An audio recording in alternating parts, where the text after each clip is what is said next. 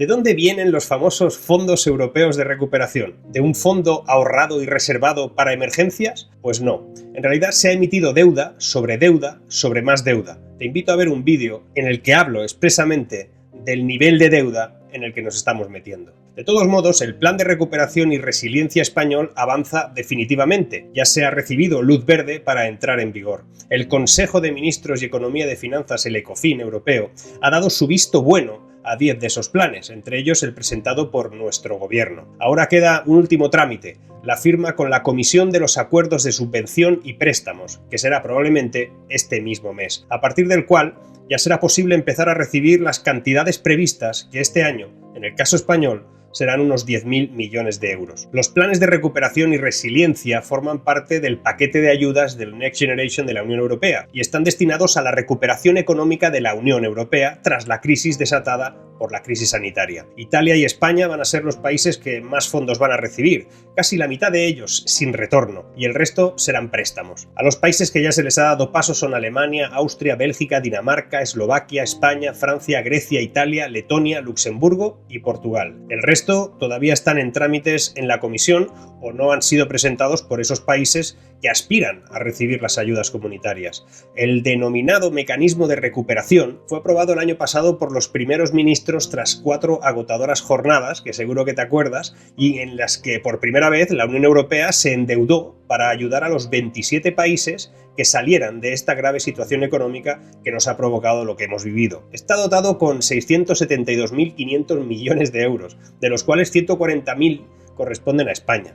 Bruselas exigirá para su desembolso planes nacionales que apuesten por la economía verde, la digitalización y por la modernización. Eso quiere decir crecimiento inteligente, sostenible, integrador, que incluya la cohesión social y territorial. Es decir, reformas profundas que en el caso español todavía están por definir cómo van a ser, por ejemplo, el mercado laboral o el de las pensiones. La Comisión ha aceptado el plan, el español, aunque no consten esas reformas a cambio de que puedan negociarse con los actores interesados durante un tiempo. Y aquí surge el primer asunto. El plan de recuperación tiene previstos unos hitos y unos objetivos que hay que ir alcanzando para que se produzcan los siguientes desembolsos de la Unión Europea, hasta esos 140.000 millones. El gobierno español todavía no ha solicitado los préstamos que se incluyen en ese mecanismo y de momento no lo va a hacer, puesto que el dinero que se distribuye a fondo perdido es el único que interesa. En base a esto, parece que el gobierno de España se adaptará a esta nueva etapa con nuevos nombramientos. No obstante, no son los nuevos nombramientos lo que parece relevante, sino el papel que tendrán los ministerios de carácter económico. Ayer me invitaron a comentar este tema y analizarlo en el Cascabel de 13TV. Échale un vistazo, pero no te vayas, quédate hasta el final, porque al final te comentaré algunas cosillas interesantes sobre todo esto, que hoy sí que te interesa. Sí, Antonio, vamos a desgranar esa baza económica de Sánchez con el analista económico Marc Vidal. Marc, buenas noches. Buenas noches, ¿qué tal? Vamos a hacer un repaso de lo que estaba hablando Antonio, porque como nos recordaba, no toca el presidente ni un ápice ese núcleo económico de su gobierno. Vamos a repasar los nombres. No toca ni a Nadia Calviño, ni a María Jesús Montero, ni a José Luis Escrivá, ni a Reyes Maroto.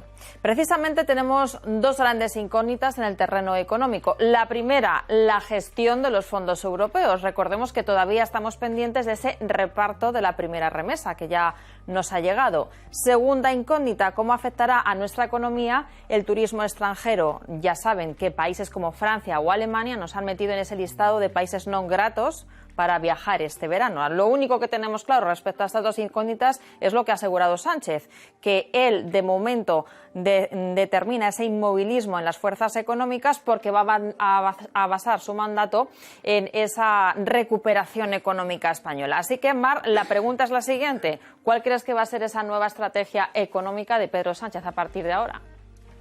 Previamente, la plataforma en la que se va a mover toda la explicación, todo el mensaje es que el coronavirus ha impactado de tal manera que los datos extremadamente negativos que manejamos y que vamos todavía a tener que sortear, pues tienen que ver fundamentalmente con eso, con el coronavirus. Cuando hacemos un análisis correcto, evidentemente el coronavirus ha impactado y impactará muchísimo, pero Si nos vamos al principio, incluso antes de que viniera la pandemia, hombre, ya había indicadores que nos mostraban que las cosas no iban muy bien. O sea, si nos acordamos de cómo estaba enero del año pasado, veremos cómo el paro estaba aumentando, nuestro crecimiento estaba prácticamente plano, etcétera. Y si además hacemos otra comparación, y es, por ejemplo, qué ha sucedido con el resto de países de nuestro entorno, veremos que a nosotros nos ha impactado más que a ninguno, con lo cual, hombre, la gestión económica hasta la fecha tampoco es que fuese extremadamente excelente.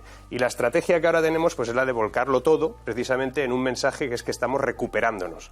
La recuperación a la que van a hacer referencia va a aguantarse sobre otro concepto que es el rebote. Y un rebote no es recuperarse. Eso lo iremos viendo sobre todo a finales del año que viene, porque durante todo este tiempo vamos a estar rebotando, porque venimos de muy abajo y ha sido muy contundente esa caída, con lo cual todavía tenemos posibilidades de ir rebotando a medida que vayan pasando los meses. Y la estrategia es esa. ¿A qué crees tú que es debido que no haya cambiado ninguna de las cuatro caras que hemos visto? Porque, por ejemplo, hemos tenido bastante movida con los impuestos respecto a Hacienda, por ejemplo, la cartera de Hacienda, o Escribala, liado parda con el tema de las pensiones. O sea, que tampoco le ha ido muy bien con determinados ministros en los últimos meses. Yo creo que busca sinceridad, ¿no? Porque Escribá fue sincero. O sea, dijo lo que realmente sabemos todos que va a pasar y que se va a ser muy complicado gestionar las pensiones si no es atacando desde el punto de vista impositivo y a los presupuestos generales del Estado tarde o temprano, ¿no? En cuanto a Nadia Calviño, pues obviamente es la cara visible de nuestra conexión con Europa, y ahora dependemos de Europa más que nunca. Viene muchísimo dinero y ese dinero tiene que además demostrarse que se va utilizando adecuadamente. Si hubiese algún tipo de impresión contradictoria sobre lo que estamos haciendo con el dinero o lo que vamos a hacer, pues habrá que explicarlo bien, habrá que conducir bien, habrá que tener buenas relaciones en Europa, porque vamos a tener un examen periódico sobre qué vamos haciendo con ese dinero. Ahora que hablas de los fondos europeos, aquí los tengo.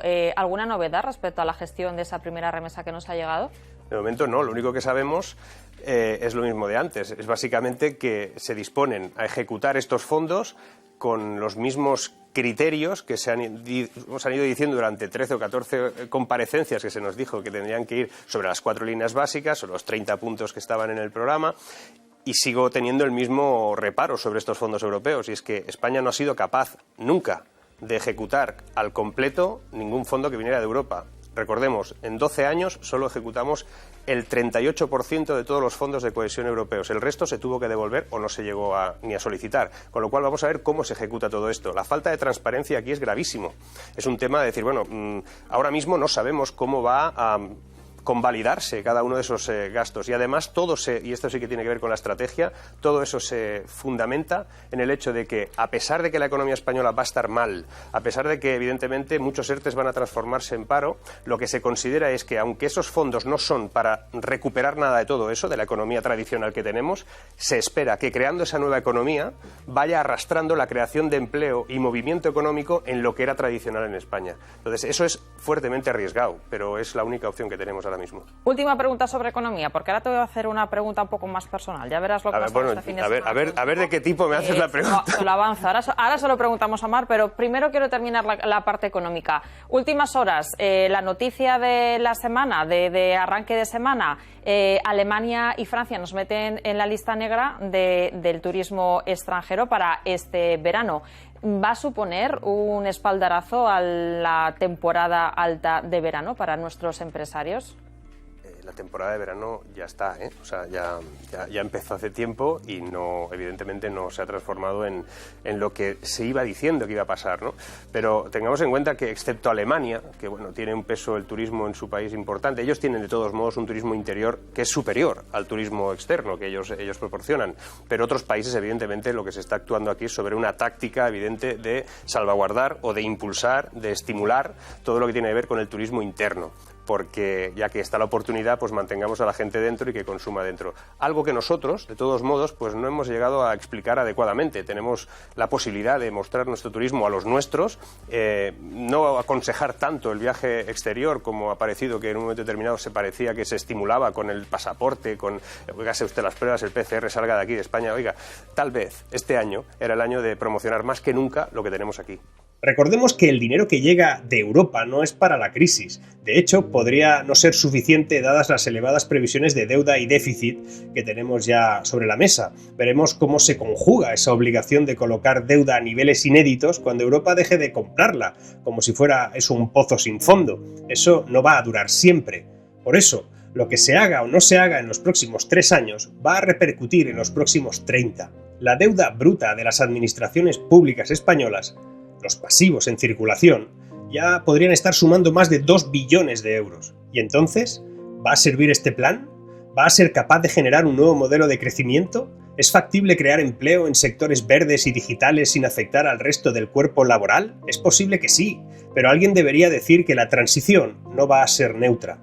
Rediseñar todo un modelo productivo no se hace en 3 años ni se puede plantear sin una acción real sobre la educación y la formación. No habla de cómo se van a soportar unas cifras de paro brutales que se van a ir evidenciando cuando el 500.000 de ERTEs se vayan convirtiendo en paro estructural. Hablo de la nula referencia a la sostenibilidad de las pensiones. Hablo de cómo se piensa flexibilizar el mercado laboral para que sea atractivo contratar. Hablo de cómo piensan reducir el coste fiscal para las empresas que necesitarán capacidad de inversión y no de pagos impositivos. Hablo de cómo no aparece nada en ese plan que se refiera a la necesidad de aumentar la dimensión de las empresas, que ahora son demasiado pequeñas para ser eficientes. Y hablo de esas excesivas barreras para incorporarse a la corriente de la digitalización, la internacionalización o la innovación. Hablo de cómo se piensa adoptar una reforma en profundidad para modernizar el sistema fiscal. Hablo de que no veo ninguna referencia a la economía del dato, del estímulo de la inteligencia artificial,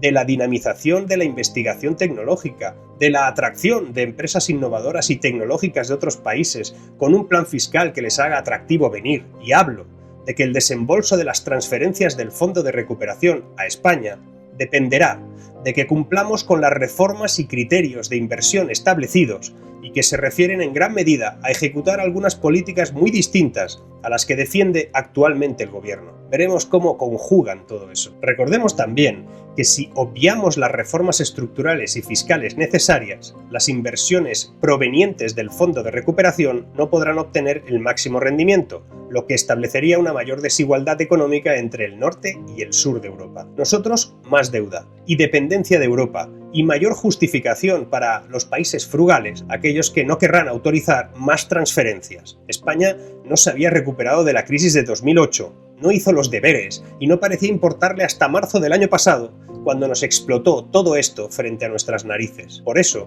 Europa no tiene tan claro que seamos capaces de implementar todas las condiciones que se nos van a exigir. De momento, lo dejan pasar.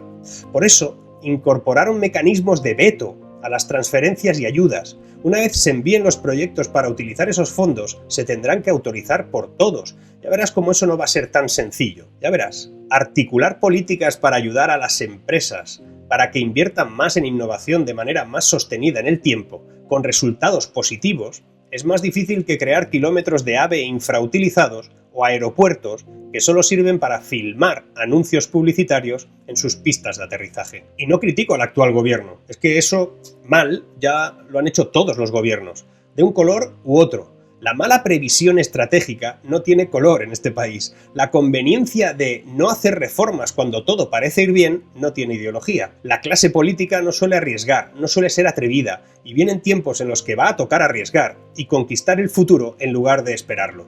De ahí que sería fundamental tomar decisiones duras, pero imprescindibles, durante este primer año en el que vamos a recibir las primeras ayudas. Pero hay 2 problemas más. El de la transparencia, de cómo se piensa utilizar ese maná de dinero, quién lo va a gestionar, cómo se va a distribuir, en qué criterios.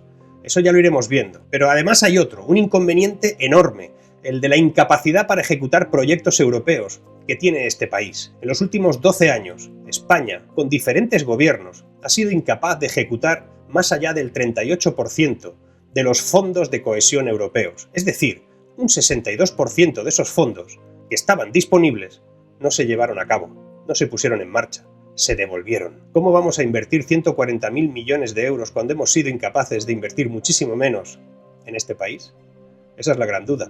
Espero que haya mecanismos nuevos, ideas nuevas, personas capaces, no lo sé. Pinta raro, pero a lo mejor esta vez es diferente. Bueno, Espero que te haya gustado este vídeo. Dale al like si es así. Te suscribes si no lo estás. Campanilla para avisarte cuando subo un nuevo vídeo. Que el siguiente es de criptos. Ese va a ser divertido.